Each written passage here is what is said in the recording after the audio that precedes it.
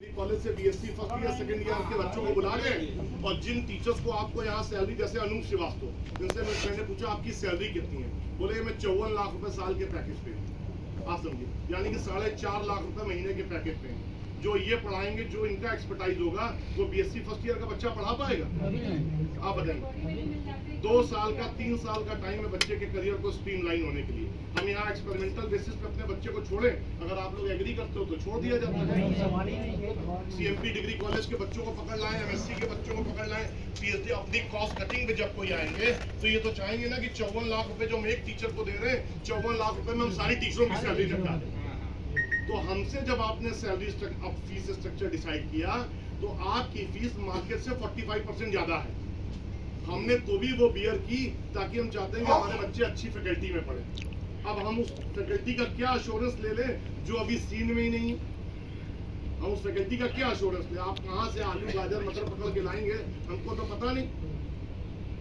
सवेरे जब डीसीपी साहब के यहाँ गए तो उन्होंने एसएचओ को फोन किया और बोले ये अभिषेक जी आ रहे हैं और आप इनकी कंप्लेन सुनिए, उसके बाद जितनी एफआईआर वो अगर सब ज्वाइंटली एफआईआर करना चाहते हो एफआईआर करिए और सीधा चेयरमैन के नाम एफआईआर करिए, दबी डाल के उसको पकड़ के आने। अब सुबह 7 घंटे से हम 11:30 बजे से थाना सिविल लाइन में एसएचओ साहब हमारे साथ बैठे हैं 5 घंटे से। कल मतगणना का दिन है, 4 बार वायरलेस पे कॉल आ रही है, इधर आइए उधर आइए, वो यहाँ बैठे हुए हैं। और ये पिछले 6 घंटे से जब बहुत दबाव बना तो लेटर हेड की फोटो कॉपी लेकर के गए सेंटर से और उस पर लिख रहे हैं। मैंने कहा आपको अथॉरिटी किसने दी कि आप कह रहे हो कि हम रिफंड कर देंगे? कल को आपका दिल्ली कह दे कि ये तो हमारे यहाँ एकेडमिक स्टाफ है, ये कहाँ से इंटाइटल्ड हो गए रिफंड के लिए? तो हमको तो दिल्ली से मेल डलवाइए आप।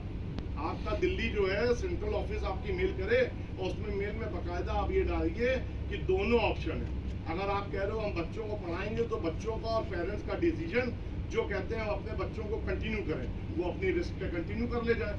जो कहते हैं कि नहीं साहब, जिनके बच्चों ने अभी 11th में एडमिशन लिया, अभी 9th में एडमिशन लिया, अभी पहला महीना दूसरा महीना चल रहा है, उनके पास अभी खुला मैदान है, वो छोड़ना चाहें तो आप उनका सैलरी रिफंड कर दीजिए। पिछले 5 घंटे से इनकी मैनेजमेंट में chief financial officer, chief operational officer, chief executive officer, managing director cum chairman, इनको फोन किया जा रहा है और ये कह रहे हैं कि प्रयागराज सेंटर को लेकर हमारी बोर्ड ऑफ डायरेक्टर्स की मीटिंग चल रही है, जैसी मीटिंग खत्म होती है हम आपको मेल डाल देते हैं। 12 बजे से लेकर के 4:30 तक खाने पर रहा हूँ, इनकी मेल नहीं है। ये सर, इसमें इन्होंने कहीं भी, ये मेरे सामने मेल मंगाई, इसमें देखिए कहीं भी हमने इनसे कहा कि आप मेंशन कीजिए कि whomsoever wants the refund of their fees back, we will be providing the refund in a stipend time period of 7 to 10 days। या आप जो मैक्सिमम टाइम लेना चाहते हैं आप डिफाइन करिए। आप 15 दिन देना चाहते हैं, आप 20 दिन देना चाहते हैं, आप लेकर के उस टाइम में हमने आपको सबको अकाउंट पे ही चेक दिया या एनईएफटी से पेमेंट की है। हमने जो अपने एडमिशन फॉर्म भरे हैं उस पर हम सबकी बैंक डिटेल्स है, आप हमको उस पर एनईएफटी कर दीजिए। और तब तक जब तक ये पैसा नहीं आता, अनूप श्रीवास्तव जी अपने बिहार पे 3 ब्लैंक चेक एसएचओ को सबमिट कर दें, विदाउट डेट, विदाउट अमाउंट। अगर ये 7, 10 दिन, 15 दिन जो मैनेजमेंट टाइम लेता है, अगर उसमें ये पैसा नहीं आता है तो हम इनका चेक लगाएंगे, वो चेक बाउंस होगा, उसी चेक के ग्राउंड पे हम मुकदमा करेंगे। क्योंकि अभी तो हमारे पास कोई ग्राउंड है नहीं, हमारे तो फॉर्म पे घर की भी डेट, अगर इनमें से किसी भी बच्चे का एक चेक बाउंस हुआ होगा तो इन्होंने 700 से 1000 रुपए रिटर्निंग चाहिए। हमारा पैसा ये 4 साल बाद देंगे, इंटरेस्ट फ्री देंगे क्यों? और हम किसके ग्राउंड पे इनको पैसा छोड़ दें, आप बताइए। अभी इनको 10-15 दिन शांत कर लो और 15 दिन बाद ठंडे बस्ते में डाल करके सहूलियत। जब हमने इनसे कहा, बोले कि आप रिक्वेस्ट लेटर डाल दीजिए कि बच्चे छोड़ना चाहते हैं, हमने कहा हम क्यों रिक्वेस्ट लेटर डाल दें?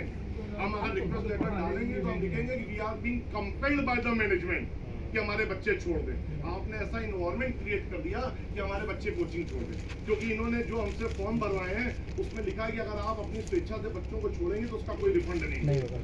तो हम क्यों लिखते हैं कि हम अपने बच्चे को निकालना चाहते हैं?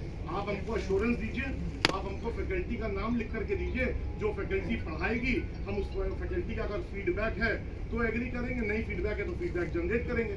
तो ये हमको उस फैकल्टी का नाम लिख कर दे रहे हैं जो एग्जिस्टिंग फैकल्टी है, जिसमें से 60% लोग मार्च में ही रिजाइन कर चुके हैं। और अनूप श्रीवास्तव जो यहाँ पे एकेडमिक हेड है, ये जनवरी में रिजाइन कर चुके हैं।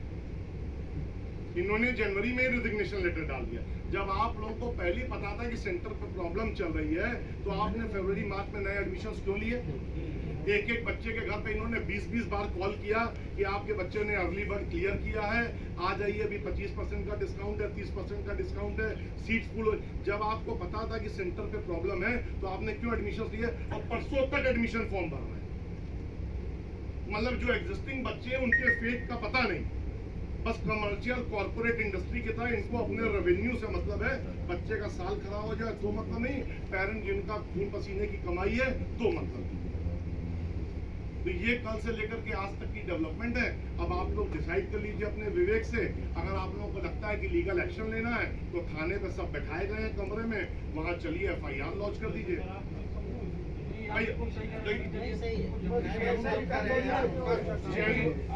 अनूप श्रीवास्तव का रेजिग्नेशन लेटर का दिखाया चौकी प्रभारी ने, जिसपे जनवरी की तारीख है कि उन्होंने रिजाइन हटा क्लेम करके रिफंड करवाएंगे। पहले दिन के खिलाफ FIR करनी चाहिए। FIR